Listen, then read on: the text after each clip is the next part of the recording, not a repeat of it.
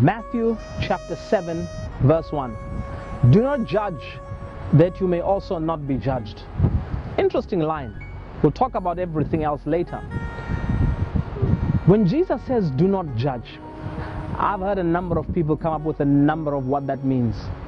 But when you go back to the legal system, it's very interesting.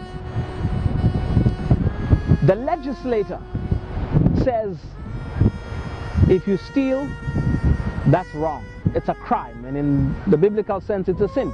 That's what the legislator does. So it is the one who lays down the law that declares something to be right or wrong. That's the job of the legislator. Then after that, somebody else accuses you of having stolen something. That's the accuser. Not judging, just accusing. And the police find you. They arrest you. They're the police. Then there's a prosecutor. That guy's not judging you. He's simply coming up with a whole heap of evidence to show that you stole. He's trying to prove that you stole. That's what the prosecutor does. That's his job. He is not judging, he's prosecuting. Now what does the judge do? He sits there. He listens to everything. He listens to your side of the story. He listens to the prosecution side of the story. He listens to you saying, I did not do it. He looks at all the evidence that's presented in front of him and he comes to the conclusion. If he says, I believe you stole, even though you say you did not steal, then the judge will say, look, I hear you say you didn't steal anything. You were just walking by, minding your own business, and voila, you saw this stack of money just sitting there, and you decided to take it and put it in your pocket. I don't believe you. I believe you were trying to steal the whole thing. That's what the judge does. The judge goes beyond evidence and looks into your heart. The judge goes beyond what you say you did, beyond what you say you said. The judge looks into your motives, and the judge attributes motives to you and say, when you did this, you had intent to do that. When you did this, you had no intention of doing that. That's the job of the judge. And on top of that, the judge then says, I find you guilty. And based on that finding, then the judge says, I now say that you should be treated as a criminal. The judge then determines how you should be treated, as a free citizen or as a criminal. That's what the judge decides. And that's an interesting thing. When Jesus says do not judge, he's talking about these two things.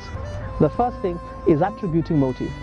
To say this is why you said it, this is why you're doing this, this is why you did not come, this is why you said that, attributing motive. And the second part is to look at somebody, determine who they are, and then come to the conclusion that this person is not worthy to be treated in a certain way. Determine this person, yes, they may be coming to church, but their conduct requires that they be treated as a criminal. That's the judging. When we look at someone and we say the life that you live, the things that you've done, the choices that you've made require us to treat you in a certain way. And Jesus says you don't do that. When someone walks through the door of a church, well done, someone talks to you, there may be a sinner, but it's not your job to treat them as a sinner. This person may have messed up certain things in their life, but it's not my job to do so. And in more pleasant situations, when someone says, I'm sorry, it's not your job to say you're not sorry. When someone says, I just did not mean to do it, it's not my job to say, yes, you meant to do it. Attributing of motives and determining how people should be treated, that's not our territory. That's God's territory.